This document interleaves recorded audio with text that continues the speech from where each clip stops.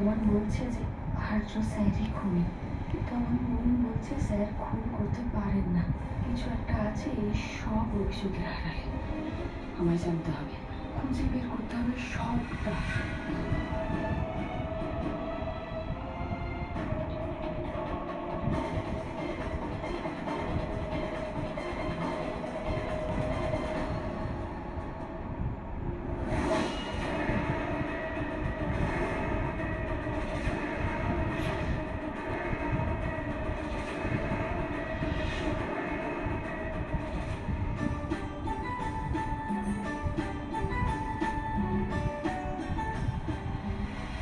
একটা মানুষকে সবটুকু দিয়ে ভালোবেসেছি, তার সঙ্গে